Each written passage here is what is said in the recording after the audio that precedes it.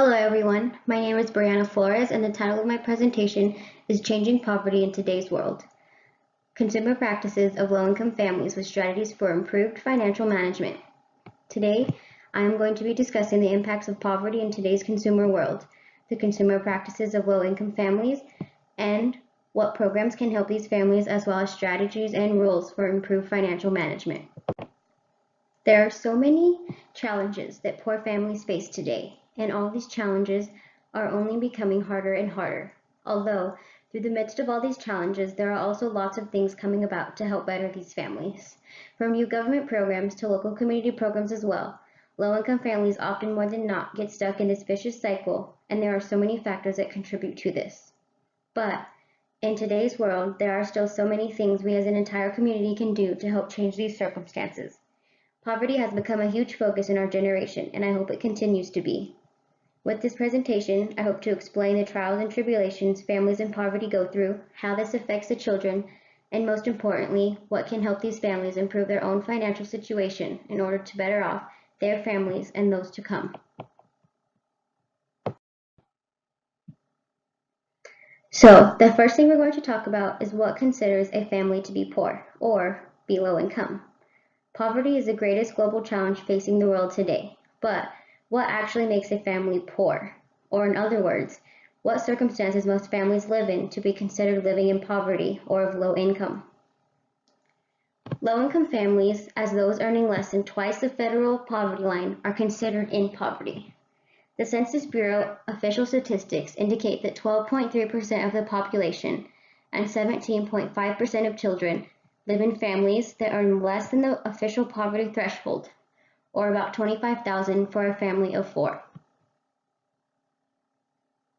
People who are legally and socially poor in the United States tend to stay in a cycle through life, not always by choice, but because they are given fewer opportunities, education, and tools to achieve success.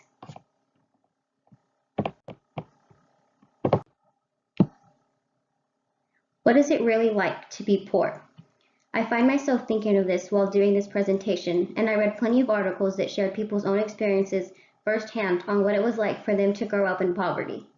None of these stories were happy, charming, and funny, but honestly, just flat out heartbreaking. They mentioned things I could have never imagined, and it was shocking to hear of the budgets these families must live off of. More than 3 billion people live on less than $2.50 a day, and an estimated 1.3 billion live in extreme poverty, making do with $1.25 or less daily. Trying to make $133 worth of food lasts an entire month, because that's how much the average food stamp recipient gets each month.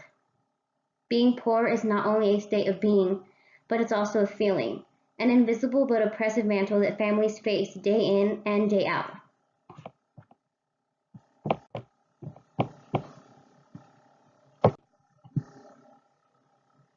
The effects of families with low income and in poverty have major repercussions. Poverty is considered to be one of the major factors in a family's stress process. This causes family dysfunction, stress among caregivers, and inadequate parenting. In most low-income families, usually both mother and father work for their survival. Economic deprivation leads to depression and stress in the parents, and ultimately dysfunction of the family. This, in turn, directly affects the child or children.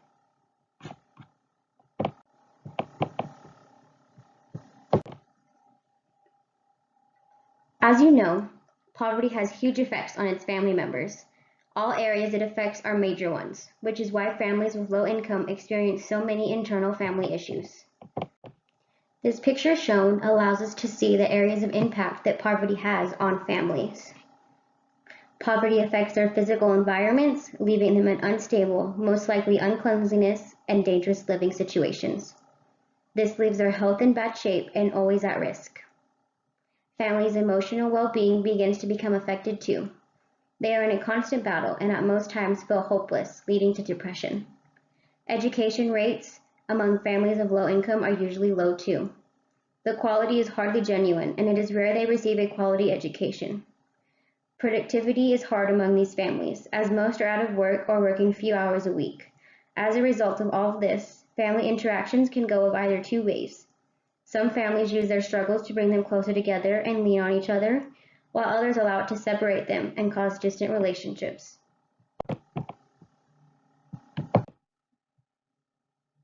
Along with the effects of poverty on families, there are also huge effects on the children as they grow up as well. Even when poverty is the result of poor decision making, often it is someone else's choices that make the difference. If you experience poverty as a child, you are 3 to 4 times less likely to graduate high school. If you spend your entire childhood in poverty, you are 5 times less likely to graduate. Nearly 30% of poor children do not complete high school, which limits future economic success and potentially employability, leading to poverty as an adult.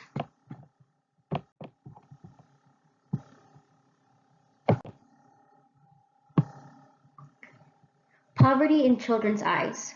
The picture shown is presented by the Child Poverty Action Group. You can see how children feel as to how poverty affects them. Many of these feelings are not warm, but rather feelings of unwantedness and loneliness. These children feel worried about their parents. They're unhappy, frustrated, and angry. They feel as if they have fewer opportunities, are worthless, have feelings of hopelessness, and social insecurity. On the other hand, they often still have aspirations, hopes, and dreams, and they're quite resilient.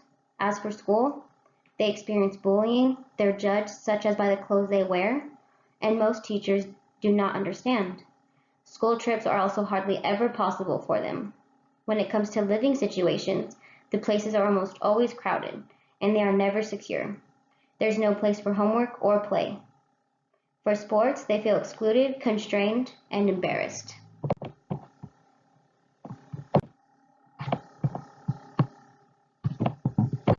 So, how do these families get stuck in poverty? Well, poverty is a vicious cycle, and there are so many factors that contribute to it. One problem is that many people have misconceptions about government assistance. Some even believe that applying for governmental assistance is a sign of weakness and dependency. People are also willing to resort to extreme measures, ultimately causing even more problems. For example, some people living on less than $2 a day frequently sell their own plasma, even though it can leave them tired and iron deficient. Others sell their food stamps for cash, leaving them with less money for groceries and food for their children. Another problem is that parents, especially mothers, are sometimes forced to make trade-offs between parenthood and self-sufficiency. By this, I mean that many mothers want to find jobs and demonstrate work ethic to their children, but the opportunities available to them are often low-wage labor with long commutes and limited benefits. Despite a desire to become self-sufficient, the low-wage jobs usually leave an unpredictable schedule, less time with the children, less income to support them, and less stability overall. So, how can we help low-income families out of poverty? Providing a way that leads families out of poverty and into economic self-sufficiency requires hard work, resilience, and persistence. With that being said, low-income families will do almost everything and anything it takes to reach economic dependence if given the means. Poverty is harder to escape than ever before, as jobs that can support a family continue to require increasing levels of education. This can be especially hard on single mothers who, as the sole heads of 39% of low-income families, face the overwhelming challenges of juggling childcare and jobs while working to gain the post-secondary education they need to improve their lives and get better jobs. So, Commonwealth magazine gives us some pretty good ideas on where to begin. To address poverty head-on, we must develop comprehensive, multifaceted approaches focused on simultaneously improving family stability, well-being, education, and financial management, along with employment. To make such approaches successful, corresponding government-sponsored supports must provide the temporary help with things like childcare or transportation that low-income families need as they strive to get ahead.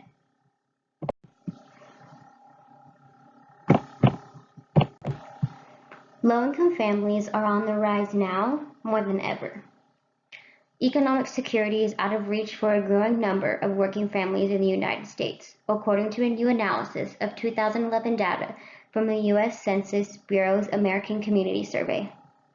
The number of low-income working families rose from 10.2 million in 2010 to 10.4 million in 2011, representing nearly one-third of all working families.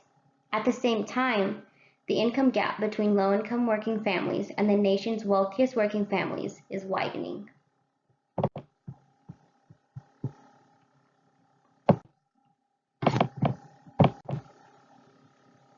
There are lots of things that come into play when it comes to a low-income family.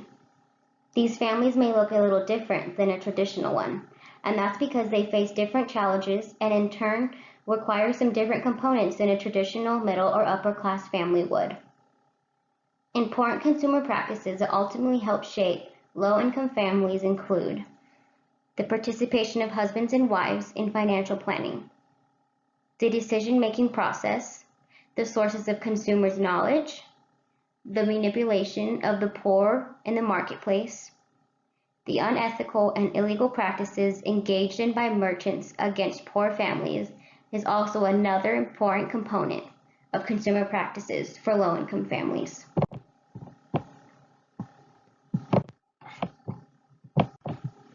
Now we can talk about rules and guidelines for good income management low-income families can use to help better their finances. So, rule number 1, budget carefully and plan in advance. Rule number 2, take advantage of benefits available to low-income families. For example, food stamps, daycare, scholarships, Medicaid, etc. Get the best quality care for the lowest price is rule number 3. Rule number 4, buy necessities first and luxuries last. And finally, rule number 5, try to get what is needed without spending money or spend only for raw materials.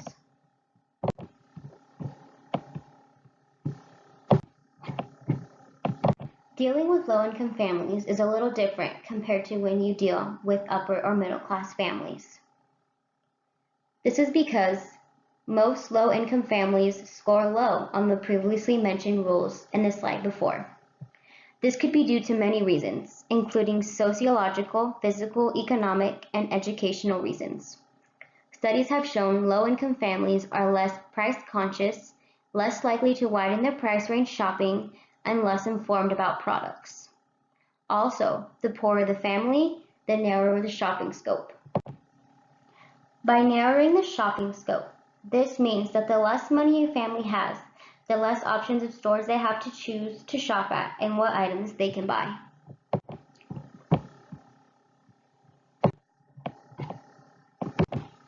There are lots of helpful practices that can be useful to low-income families. While all might not be attainable, most are pretty simple.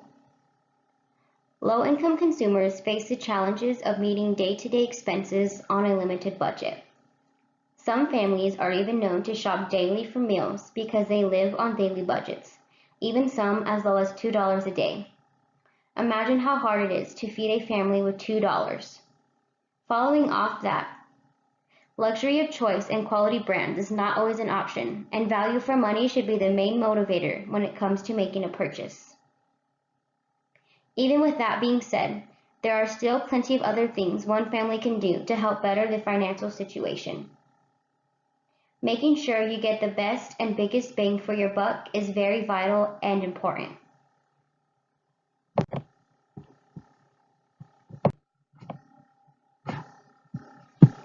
On that note, I've also prepared other tips to help low-income families with their financial management.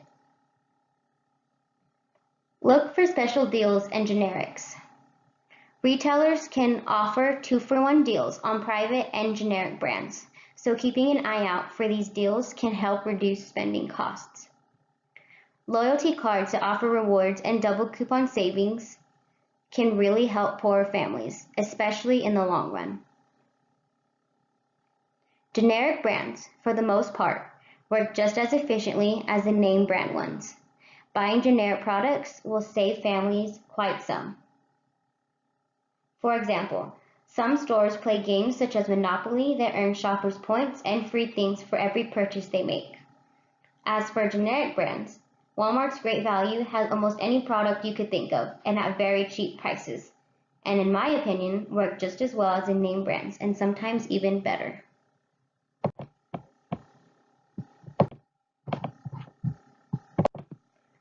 Another helpful tip is to refrain from eating out too much or constantly. In the last 2.5 decades, American households in the poorest 20% of households spent between 28.8% and 42.6% of their annual before-tax income on food, compared with 6.5 to 9.2 spent by households in the highest income quartile, said the Economic Research Service, or the ERS, of the U.S. Department of Agriculture. By not eating out constantly, families can save some major money. So, set a budget for money that can be spent on eating out for the month, whether it be fast food or dine-in. When it comes to grocery shopping, buying in bulk will also help. After cooking dinner, be sure to save the leftovers. Someone will eat them. Also, only eating out for special occasions is a good practice as well. Low-income assist programs are offered in many different aspects and are able to help these families in poverty each individual needs. There are so many programs offered for low SES families. It just requires getting them out there and well known to these families. These programs can range from being provided by the government, neighborhood, communities, or an individual or family itself. Most aim for the same goal in helping to provide a better, safer, and healthier lives for these low-income families, but aid them in different ways, because not all families require the same help. While some may need help with groceries, others could need help with electricity or paying other bills. Some families also struggle with getting their child quality education. One program is a Supplemental Nutrition Program, otherwise known as SNAP. SNAP provides financial assistance to eligible New Mexicans with low income and limited resources to purchase food products. If you qualify, you'll get a debit card to use for groceries. Financial information such as income and what you own are considered when determining if you can receive benefits. There are also some basic rules that apply to any person who may be eligible to receive SNAP benefits. These rules include that you must be a U.S. citizen or a qualified lawful resident. You must have proper identification. You must list who lives and eats at the household. You must provide information about how much money your household receives each month, what household owns, such as your bank accounts and property, and what your household pays for, including things like rent, utilities, and childcare. Another thing is work program participation is required for some SNAP recipients. Also note that the house one lives in does not count for SNAP eligibility, and there are special rules for the cars and trucks owned.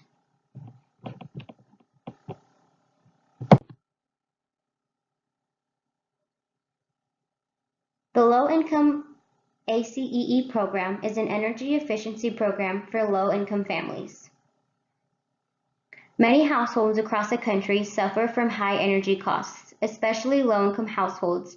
They typically have older and less efficient appliances and heating/cooling equipment. High energy burdens cause families to make important trade-offs between food, medicine, keeping the lights on, and other basic necessities. They also affect a household's ability to meet monthly utility payments. Energy efficiency programs for low-income households help address energy affordability by providing building upgrades that can reduce household energy burdens over the long term.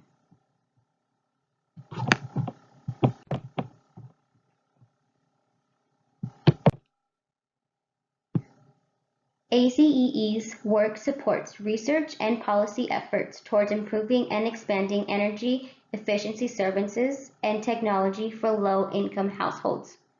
The image shown depicts the help available to areas around the United States in regard to utility and gas. Areas marked in green mean they are served by both electric and gas utility low-income programs.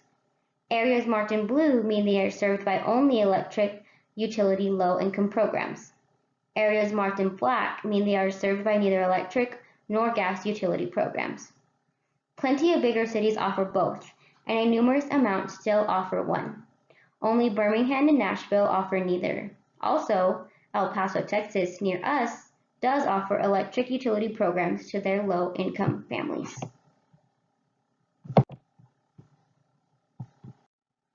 Great programs that are offered for the bettering of families are known as family strengthening programs. Family strengthening programs are used to improve health and educational outcomes, as well as link families to needed support and benefit services. These programs include the promotion of healthy child and family development through home visitation programs, government assistance programs, and parenting education programs. Examples of these include early childhood education programs, Fit Families programs, food stamps, Medicaid, and so much more.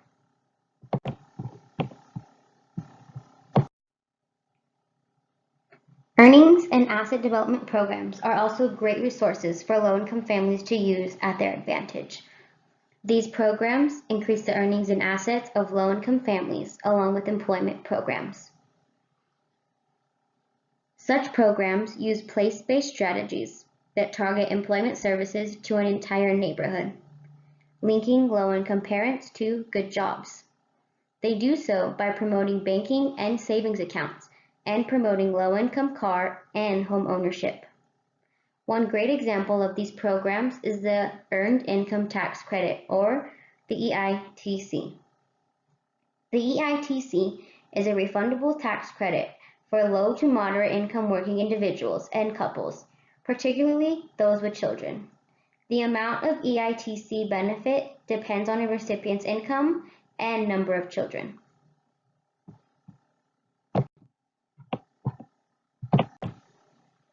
Low-income families and their involvement with credit is a huge problem for many low SES families.